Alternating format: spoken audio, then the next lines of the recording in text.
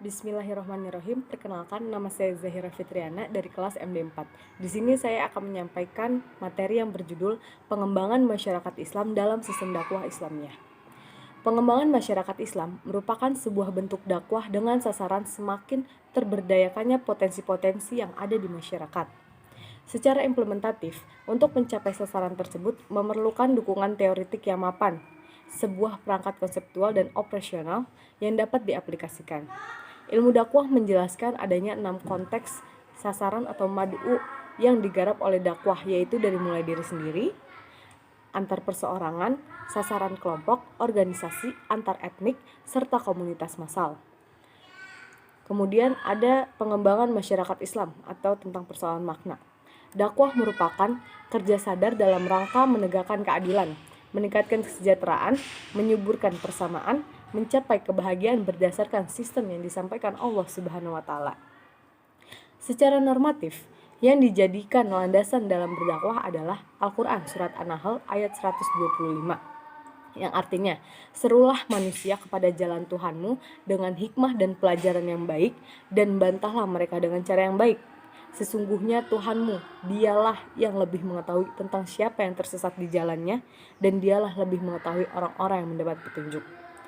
Dakwah merupakan perwujudan tugas dan fungsi manusia sebagai khalifah fil al-ard yang melekat sejak awal penciptaan manusia.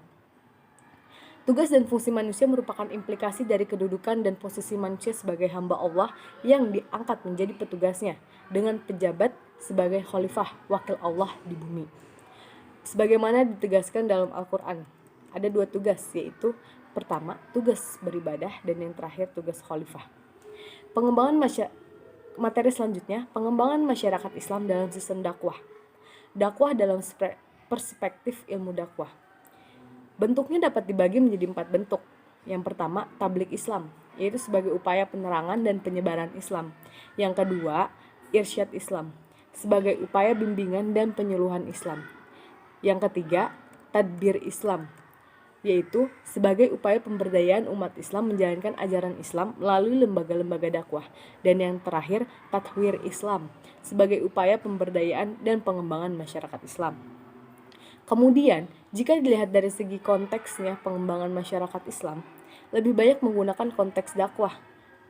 Ada dakwah fi'ah, yaitu proses dakwah seorang dai terhadap sekelompok mad'u secara tatap muka dan dialogis yang berlangsung dalam bentuk kelompok kecil dan kelompok-kelompok mad'u yang sudah terorganisir. Contohnya majelis taklim, madrasah, dan mahad atau pesantren. Yang kedua ada dakwah hizbiyah atau jam'iyah, yaitu proses dakwah yang dilakukan oleh dai yang mengidentifikasikan dirinya dengan atribut suatu lembaga atau organisasi dakwah tertentu. Kemudian mendakwahi anggotanya atau orang lain di luar anggota suatu organisasi tersebut. Yang ketiga ada dakwah ummah. Seorang dai mendakwahi orang banyak melalui media mimbar atau media massa baik cetak atau elektronik dalam suasana monologis, dalam suasana bertatap muka atau tidak bertatap muka. Dan yang terakhir dakwah su'ubiyah, kabayiliyah, yaitu seorang dai yang beridentitas etnis dan budaya atau bangsa tertentu mendakwahi mad'u yang beridentitas etnis dan budaya atau bangsa yang berbeda dengan dirinya. Materi selanjutnya korelasi dan posisi pembangunan masyarakat Islam dalam dakwah.